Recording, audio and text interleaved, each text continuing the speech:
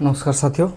तो हम CPS1 okay language across the curriculum उसी को डिस्कस कर रहे थे।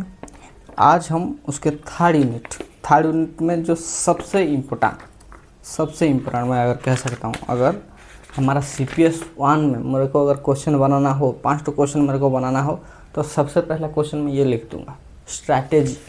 Okay, strategy for developing reading and writing skill. Strategy for developing reading and writing skill. उसमें क्या क्या आता है? एक आता है स्कैनिंग, एक होता है स्कीमिंग, एक होता है इन डेप्थ रीडिंग और एक होता है नोट मेकिंग। आप लिख लो ये चीज़, ओके। या फिर आप चाहे हो तो पुराने क्वेश्चन उठा के देख लो, हर एग्ज़ाम में यही क्वेश्चन आता ही आता है। Okay, for my surety I am recommending all of you to read and write this question. Okay, इसको अच्छे से पढ़ो, इसको सॉल्व करके जाओ। ओके, याद करके जाओ, आप ज़रूर लिख के आओगे इस चीज़ को। ओके, या फिर शॉर्ट नोट पूछ देगा, लेकिन पूछता है ज़रूर। Okay, so it is so many importance, so you have to write this. Okay, तो strategy for developing reading skill such as scanning. हमारे रीडिंग स्किल किस तरीके से डेवलप होगा हम एक एक करके पढ़ेंगे। आज सिर्फ स्कैनिंग देखेंगे, कल skimming, next in depth reading and number 4 note making. Okay, syllabus के हिसाब से हम चलते हैं। सबसे पहला स्कैनिंग क्या होता है, देखो मैं आपको एक नॉर्मल एग्जांपल देता हूँ। आपने तो पैसेज पढ़ा होगा। ओके, पैसेज कोई भी एग्ज़ाम के लिहाज से आप जब स्टेट का एग्ज़ाम दिए होंगे, या फिर OTT या फिर सीटेट का एग्ज़ाम दिए होंगे, या फिर कोई भी कॉम्पिटिटिव एग्ज़ाम है, उसमें क्या होता है, एक कॉम्प्रिहेंशन क्वेश्चन आता है। किसी भी लैंग्वेज का कोई टॉपिक दे देता है, उससे रिलेटेड 5 या 7 सवाल पूछता है, जो कि उसी पैसेज से रिलेटेड होता है। ओके, तो हमको करना क्या होता है, उसी पैसेज को अच्छे से पढ़ना होता है, क्वेश्चन को रीड करना होता है और उसी पैसेज से हमको आंसर निकालना होता है। तो अब हमारा दिमाग कैसे काम करता है, देखिए मैं तो अपना बात मैं आपको बता देता हूँ। मैं इतना सारा पैसेज क्यों पढ़ूँ? मैं सबसे पहले क्या करता हूँ, मैं क्वेश्चन पढ़ लेता हूँ। 5 क्वेश्चन, 5 सवाल मेरे पास आ गया, तो फिर मेरे दिमाग में एक प्रिंट हो गया कि इस क्वेश्चन का आंसर मुझे इस पैसेज में ढूंढना है। तब मैं जब पढ़ता हूँ, ऐसा नहीं कि ऑन रिलेटेड वर्ड्स को मैं स्किप कर देता हूँ, लेकिन जो मेरे क्वेश्चन से रिलेटेड कोई वर्ड हो गया या फिर उससे संबंधित कोई अगर आंसर है, तो मैं वहाँ पे स्टक कर लेता हूँ और उसको अच्छे से पढ़ लेता हूँ और वहाँ से अमूमन आंसर निकल जाता है। Okay, that is called scanning. You scan a passage. आप एक पैसेज को क्या कर रहे हो, स्कैन कर रहे हो, कहाँ आपका आंसर है। ओके, इसी स्ट्रैटेजी को ये कह देते हैं रीडिंग स्किल। ओके, हम जो पैसेज आपको एग्जाम में दिया हुआ है, क्यों, आप कितनी जल्दी चीज़ों को आइडेंटिफाई कर रहे हो। ओके, आपका रीडिंग स्किल कैसा है, वही चेक करने के लिए। नहीं तो पैसेज से आसान कोई चीज़ होता है क्या? नहीं। ओके, आप कितनी जल्दी, आपकी रीडिंग स्किल कैसा है, आप क्या एक पैसेज से आंसर निकाल पाते हो या नहीं, ये आपको चेक करता है। ओके, तो सबसे पहले हम देखते हैं स्कैनिंग। ओके, फिर हम एग्जाम्पल देंगे, थोड़ा सा पढ़ तो ले। ओके, क्या है ये? Scanning is generally refers to that teaching that technique when one look into the document for searching some specific text और finding some specific information quickly। बहुत जल्दी किसी भी डॉक्यूमेंट या फिर टेक्स्ट में हम किसी इंफॉर्मेशन को सर्च करते हैं, ओके, और ढूंढने की कोशिश करते हैं, उसी को ही स्कैनिंग कहा जाता है ना। जब आप मैसेज पढ़ रहे हो तो आप क्या ढूंढ रहे हो, आप अपना आंसर ढूंढ रहे हो, तो आपके दिमाग में वो है ना, दैट इज द स्कैनिंग। बहुत ही आसान है, समझ में आ गया होगा स्कैनिंग कैसे कहते हैं। In scanning, you have a question in your mind. Okay, you read a passage only to find the answer, ignoring unrelated information. हम क्या करते हैं, हमारे दिमाग, हमने क्वेश्चन देख लिया था, पैसेज में क्या पूछा गया था। ओके, उसी क्वेश्चन को अपने माइंड में रखते हुए हम उस पैसेज को पढ़ना शुरू करते हैं, और जो हमारे क्वेश्चन से रिलेटेड नहीं है उसको हम स्किप करते हैं। ओके, वही भी एक टेक्निक है। क्या हमें पढ़ना है और किसके प्रति ध्यान नहीं देना है, उसी को भी स्कैनिंग कहा जाता है। समझ में आया? Okay, and we have to skip ignoring unrelated information, that is the scanning. समझ में आया?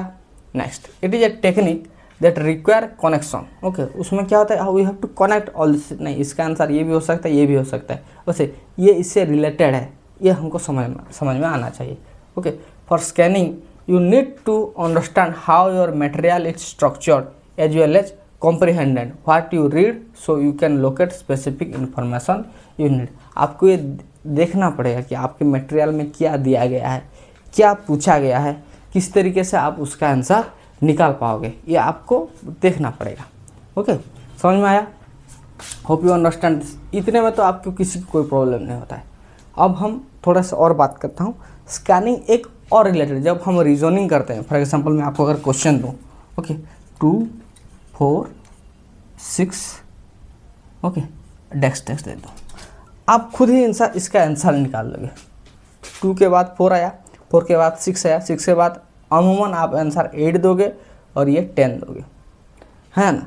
अगर मैं 3 9 27 लिख रहा हूँ, तो अब क्या, ये स्क्वायर कर करके आप यहाँ पे आंसर दोगे। ओके, समझ में आ रहा है चीज़ को? ओके, इसका मतलब क्या, we know that this pattern will be arrange in a logical manner. Okay, जब आपने सिर्फ देखा इतना 2 4 6 को देखा, लेकिन आप ये समझ गए कि इसके बाद 8 होगा, उसके बाद 10 होगा। जब आपने देखा 3 है, फिर 9 है, फिर 27 है, तो आपने लगा ये स्क्वायर हो रहा है ना, 9 का, समझ में आया? ओके, इस तरह ये मल्टीप्लाई हो के चलता जा रहा है, ये आपको समझ में आ जाएगा। दिस इज द अरेंजमेंट और logical you can say. Okay, समझ में आया? Hope you understand this. Next, what we have to, ये समझ में आया ना? 3 से 3 मल्टीप्लाई करो तो 9, 9 से 3 मल्टीप्लाई तो 27, 27 से 3 फिर से मल्टीप्लाई करेंगे तो जो आएगा वही हमारा आंसर होगा। ओके, द मटेरियल में भी अरेंज्ड अल्फ़ाबेटिकली, कभी कभी तो अल्फ़ाबेटिकल सीरीज दिया जाता है, आपने तो रीजनिंग में किया भी होगा, alphabetical series A to Z और Z to A, chronologically and category और टेक्सचुअली, कुछ भी होता है, ऐसा होता है ना, CAT, उसका समझ लीजिए कि DOG हो रहा है, तो फिर क्वेश्चन पूछता है ऐसे दिस आर द अरेंज, फिर दे दिया होगा RAM, फाइंड आउट इसके आगे क्या होगा। ये क्या, अगर हम ध्यान से देखें तो इसमें कोई पैटर्न बनता होगा, तब जाके इसका आंसर निकल रहा होगा। ओके, तो मटेरियल में भी arrange alphabetically A to Z और Z to A, chronologically and category और textually. Whatever source you use, you can be sure it's arranged in some logical way, कोई ना कोई तो वे में, कोई ना कोई तो लॉजिकल वे में इसको अरेंज किया गया होगा, ये आपको ध्यान में रखना होता है, तब जाके आप अपना आंसर निकालते हैं। ओके, इसी को ही बोलते हैं स्कैनिंग। ओके, क्या आप देख के बता देते हो कि आगे क्या होने वाला है, स्कैनिंग। ओके, या फिर आपको क्या चाहिए आप उसको रीड आउट कर पाते हैं, उसी को ही बोलते हैं स्कैनिंग। अब इसको पहले लिखो, फिर हम और पॉइंट्स इसके बारे में डिस्कस करेंगे। अभी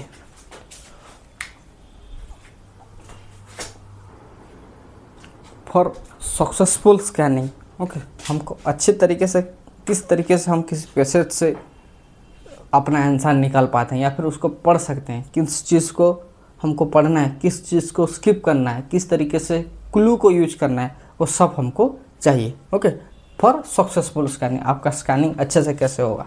ओके, देखिए, सबसे पहले reader must be aware the specific information that need to be search in the document, उस डॉक्यूमेंट से क्या उसे ढूंढना है, कौन से सवाल के आंसर उसे ढूंढना है, वो उससे स्पेसिफिक होना चाहिए। ओके, जब भी आप पैसेज पढ़ रहे हो, जो क्वेश्चन है, 5 क्वेश्चन है, उन क्वेश्चन के बारे में आपको अप्रोप्रिएटली पता होना चाहिए कि मुझे पूछा किया गया है और मुझे इस डॉक्यूमेंट से, इस पैसेज से निकालना क्या है। Okay, next, clue must be used cleverly, और जितने क्लू छोटे छोटे क्या होते हैं, कुछ क्वेश्चन डिफिकल्ट दे देते हैं और उससे रिलेटेड कुछ क्लू, कुछ वर्ड, कुछ उस तरीके का मैसेज दिया जाता है। ओके, सो हमको उसी क्लू को अच्छी तरीके से यूज करना होता है। Next, careful about reading, okay, जो हम पढ़ रहे हैं उससे केयरफुल होना है। ओके, जो पढ़ रहे हैं हम, एंड स्किपिंग सेक्शन, और जो सेक्शन, ऐसा नहीं कि हम सब पढ़ेंगे, जो इम्पोर्टेंट नहीं है उसको तो हम स्किप करते रहते हैं ना, अच्छे से नहीं पढ़ते उसको, तो हमको ये ध्यान देना चाहिए कि हम क्या छोड़ रहे हैं। अगर आप कोई आंसर ही स्किप कर दिए तो गया, काम से गया, है ना। So careful about reading and skipping section of the passage, उस पैसेज में आप क्या पढ़ रहे हो उससे भी केयरफुल हो, और आप क्या इग्नोर कर रहे हो, क्या स्किप कर रहे हो, उसी से भी आपको क्या करना चाहिए, उसके बारे में आपको केयरफुल होना चाहिए।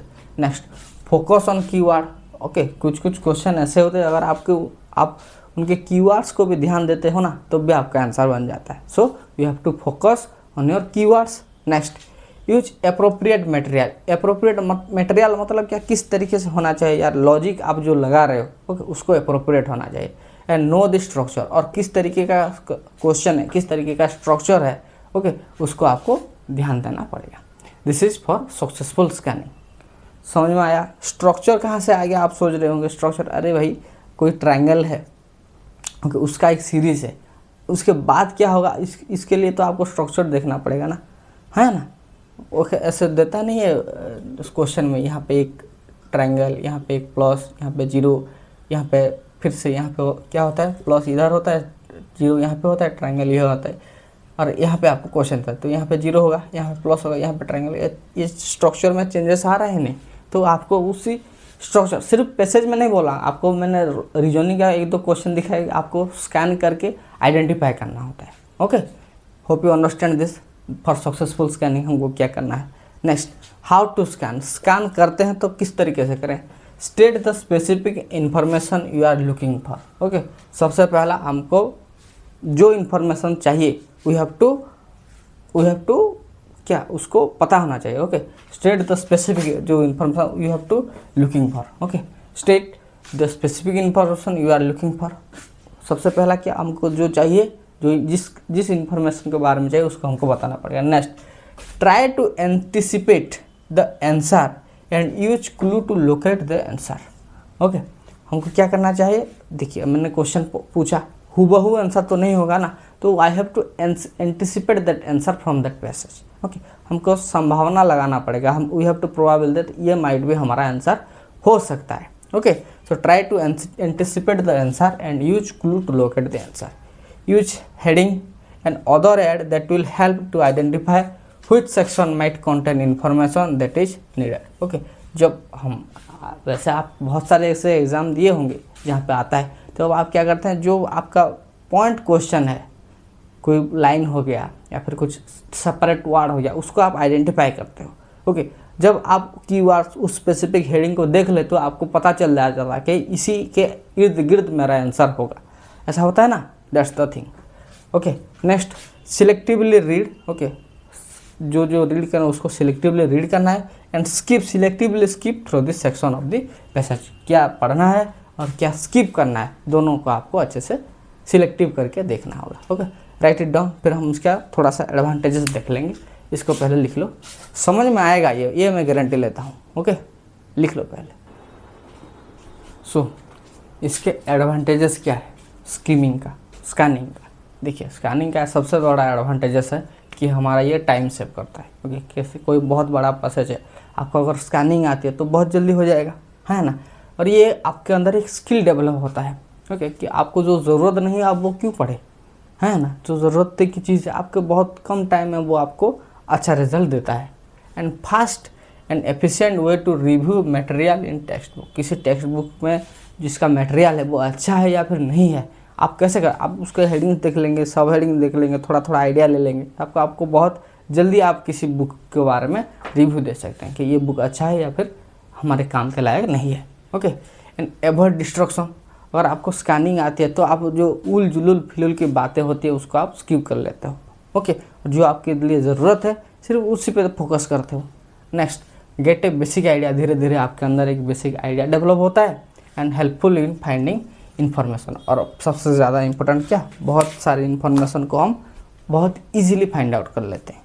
Hope you understand, this is scanning. Okay, इस तरीके से एक एक करके हम स्कीमिंग, नोट रीडिंग, ये सब कर लेंगे। आप पहले इसको लिख लो। Okay, it will help you in your exam.